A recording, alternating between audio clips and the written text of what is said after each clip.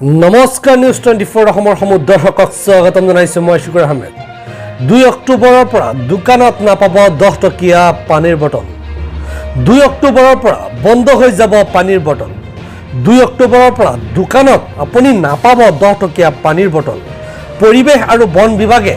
জাৰি কৰিলে এই বিশেষ নিৰ্দেশনা এনে পানীৰ বটল ক্ৰয় আৰু বিক্ৰয় বিতৰণ কৰা নিষিদ্ধ কৰিলে অসম চৰকাৰে 1 লিটাৰতকৈ পানীৰ বটল নিষিদ্ধ হ'ব অসমত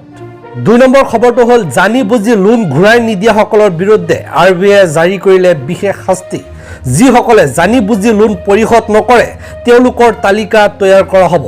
যদিহে লোন পৰিশোধ নকৰে তেন্তে ডিফল্টাৰ তালিকাত সন্নিবিষ্ট কৰা হ'ব নাম এই তালিকাৰ পৰা নাম উঠাবলৈ বেংকৰ সৈতে যোগাযোগ কৰিব লাগিব ৰেহাই ব্যৱস্থাৰ মাজেৰেও যদি লোন পৰিশোধ নকৰে তেন্তে কঠোৰ ব্যৱস্থা ল'ব বেংকে ডিফল্টাৰ তালিকাত নাম উঠিলে 6 মাহৰ বাবে সময় পাব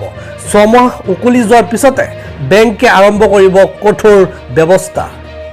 3 নম্বৰ খবৰটো হ'ল বেলেন্স নাথাকিলে আপুনি একাউণ্টৰ পৰা উলিয়াব পাৰিব 10000 কোটি টকা জনধন বেংক একাউণ্টৰ জৰিয়তে পাব এই সুবিধা ওভাৰড্ৰাফ্টৰ সুবিধা আছে এই একাউণ্টত জনধন একাউণ্ট থকা সকলে বেলেন্স নাথাকিলেও উলিয়াব পাৰিব ধন 10000 টকা পৰ্যন্ত উলিয়াব পাৰিব আপুনি অনুগ্ৰহ কৰি চেনেলটো সাবস্ক্ৰাইব কৰি দিব আৰু ভিডিঅটো লাইক কৰিবলৈ একেবাৰে নাপাহৰিব ধন্যবাদ